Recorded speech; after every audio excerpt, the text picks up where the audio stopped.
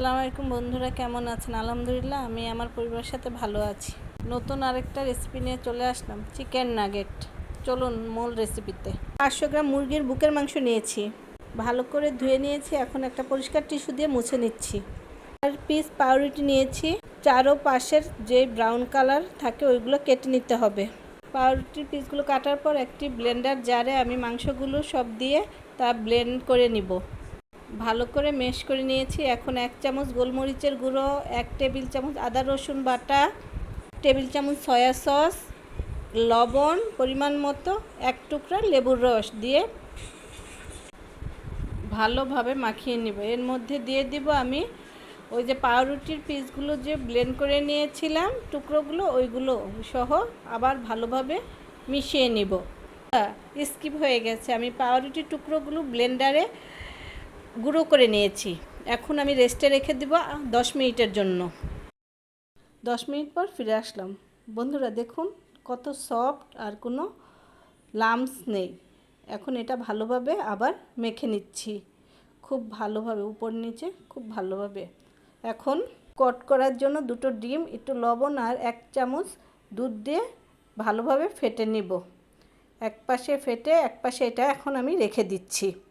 Chopping বোর্ডের মধ্যে আমি ডোটা একটি রুটির মতন করে নেব, অত মোটাও না অত চিকনও না। এখন একটা ছুরির সাহায্যে আমি সবগুলো কেটে নিচ্ছি। বন্ধুরা দেখুন আমি সবগুলো নাগেট বানিয়ে নিয়েছি। নাগেটগুলো ডিমের দইয়ের ডুবিয়ে আমি ব্রেড ক্রামে কোট করে নিচ্ছি। সবগুলো এভাবে আমি এক এক করে কোট করে নিব। তারপরে আমি 10 মিনিটের জন্য ডিপ ফ্রিজে রেখে দিব। ডাইরেক্ট ভাজাও যাবে, কেউ ইচ্ছা করলে এখনও ভেজে খেতে পারবেন। আমি একটু রেস্টে রেখে দেবো 10 মিনিটের জন্য। ফ্রেন্ডস 10 মিনিট হয়ে গিয়েছে, এখন আমি আপনাদেরকে ভেজে দেখাচ্ছি। ফ্রাই প্যান গরম হয়ে গেছে, তেলে দিয়ে দিয়েছি। এক এক করে আমি সবগুলো চিকেন নাগেট গরম তেলে দিয়ে দিচ্ছি।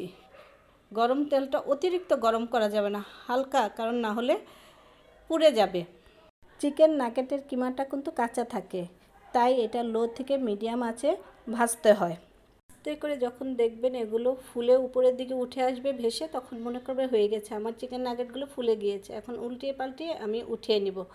এটি বাচ্চাদের খুব প্রিয় একটি খাবার। বন্ধুরা আমার রেসিপিগুলো আমি চেষ্টা করি খুব সহজভাবে আপনাদের মধ্যে তুলে ধরতে। সম্পূর্ণ উপকরণগুলো ডেসক্রিপশন বক্সে দেওয়া আছে, দেখে নেবেন। বন্ধুরা আমার রেসিপিটা ভালো লাগলে লাইক শেয়ার সাবস্ক্রাইব করবেন আমার চ্যানেলটাকে, আমার পাশে থাকবেন। নতুন আরেকটি ভিডিও নিয়ে আপনাদের মাঝে আসবো। আজকে এই পর্যন্তই। আল্লাহ হাফেজ। আসসালামু আলাইকুম।